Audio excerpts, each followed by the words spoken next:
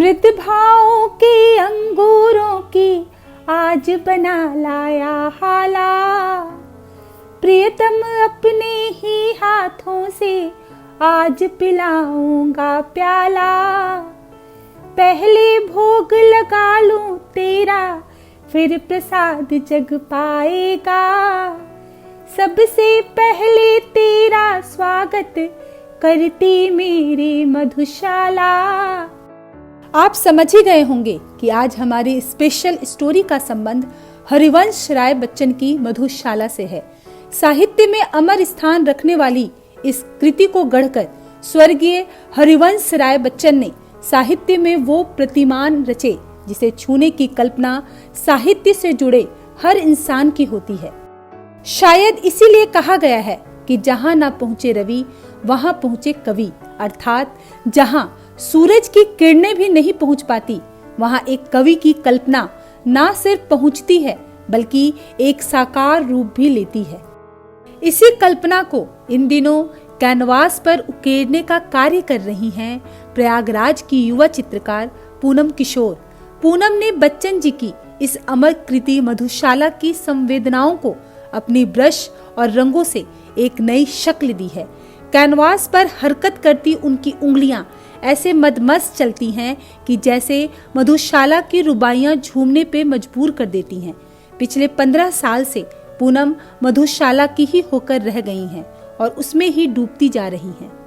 15 साल हो गए मुझे मधुशाला पे काम करते हुए, लेकिन कंप्लीट तो होने का नाम ही नहीं लेती क्योंकि ये एक अनंत रूप है और एक ब्रह्मांड है। इसमें आप जितना भी घुसेंगे वो एक एक जो रुबाइयाँ हैं उन पे कम से कम 10-10, 20-20 पेंटिंग्स मैंने तैयार की हैं, लेकिन मुझे ऐसा लगता है कि इसका कोई अंत नहीं है। जीवन के कैनवास को किस रंग से भरें, इस असमंजस से पूनम तब बाहर निकली जब वो मधुशाला की शरण में आई और आज वो इस राह को पकड़कर अनवरत चल पड़ी हैं।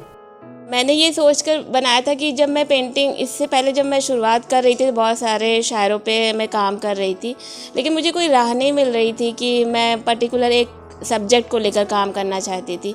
तो मुझे एक राह मिली। तो बच्चन जी की जब मधुशाला मैंने पढ़ी थी तो उसमें एक बहुत अच्छी सी एक रुबाई है कि मद्रालय जाने को घर से चलता है पीने वाला, किस पथ से जाऊं असमंजस में है भोला भाला। अलग अलग पथ बतलाते सब, पर मैं यह बतलाता हूँ राह पकड़ तू एक चला चल पा जाएगा मधुशाला। तो मेरे लिए पेंटिंग ही मधुशाला है और इसको लेके मैं बहुत आगे जाना चाहती हूँ और मैं चाहती हूँ कि हरिवंश राय बच्चन जी की एक गैलरी इलाहाबाद में बने उनके नाम से, और जो भी स्टूडेंट ऐसे हैं जो कलाकार हैं वो यहाँ पे आके एग्जीबिशन करें, उनके नाम से शो करें। फाइन आर्ट में MFA और BFA कर चुकी पूनम मधुशाला पर अब तक 550 पेंटिंग बना चुकी हैं, जिसके लिए उन्हें भारत सरकार की तरफ से स्कॉलरशिप भी मिली है।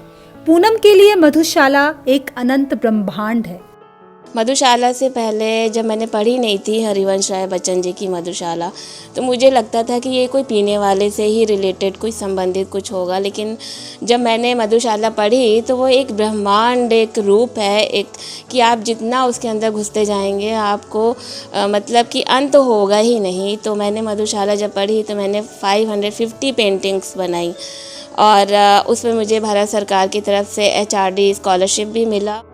पूनम के लिए इससे बड़ा क्या सम्मान होगा कि जिस बिग बी को पूरी दुनिया फॉलो करती है वो पूनम को फॉलो करते हैं और उनसे कई बार मिल चुके हैं, फोन भी करते हैं। बिग बी ने अपना आशीर्वाद दिया और उन्होंने मेरा कैटलॉग एक्सेप्ट किया और मुझे हमेशा मिलते रहते हैं, अपना आशीर्वाद देते रहते हैं। ट्विटर पे भी मुझे कल उन्होंने ग्रीटिंग्स भेजी और हमेशा वो मुझे फॉलो करते रहते हैं, फ़ोन पे भी बात हो जाती है। यही नहीं, बिग बी ने पूनम की मधुशाला पर बनाई गई पेंटिंग को अपने घर पर भी जगह दी है। पूनम की तमन्ना है कि बिग बी इलाहाबाद अपने घर आए। जो मैंने फर्स्ट पेंटिंग बनाई थी मधुशाला की, वो पेंटिंग जो है बच्चन साहब ने ली और मेरी तमन्ना थी कि वो पेंटिंग उनके घर में लगे। तो उनको वो पेंटिंग बहुत अच्छी लगी थी और मैंने उनको गिफ्ट में दिया था और उन्होंने बहुत कुछ मुझे आशीर्वाद के तौर पे दिया है और उनका आशीर्वाद हमेशा बना रहे, यही मैं चाहती हूँ। और मैं ये भी चाहती हूँ कि इलाहाबाद में भी वो आएँ और अपना आशीर्वाद सबको दें, और सब लोग उनसे मिलना चाहते हैं, अपने यहाँ के लोगों से मिलना चाहते हैं। उनका यहाँ पे घर है, उनको यहाँ पे आना चाहिए। पूनम को तो जीवन की राह मधुशाला में मिल गई।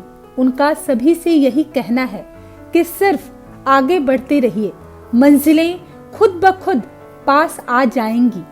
मैं लोगों को यही मैसेज देना चाहती हूँ, आप जो भी काम करते हैं, कोई भी किसी भी फील्ड में हो, किसी भी विषय पे आप काम कर रहे हो, अगर हताश ना हो, क्योंकि आपका जो लक्ष्य है उसको आप एकदम राह पकड़ तो एक चल पा जाएगा मधुशाला।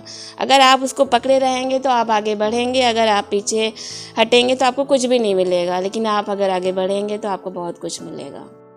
पूनम की पेंटिंग्स को देखकर ऐसा लगता है मानो उन्होंने अपने जीवन का एक बड़ा हिस्सा मधुशाला की इन्हीं रुबाइयों को समर्पित कर दिया है। ऐसे में मधुशाला की ये पंक्तियां सही प्रतीत होती हैं। मदिरा ले जाने को घर से चलता है पीने वाला, किस पथ से जाऊं असमंजस में है वह भोला भाला।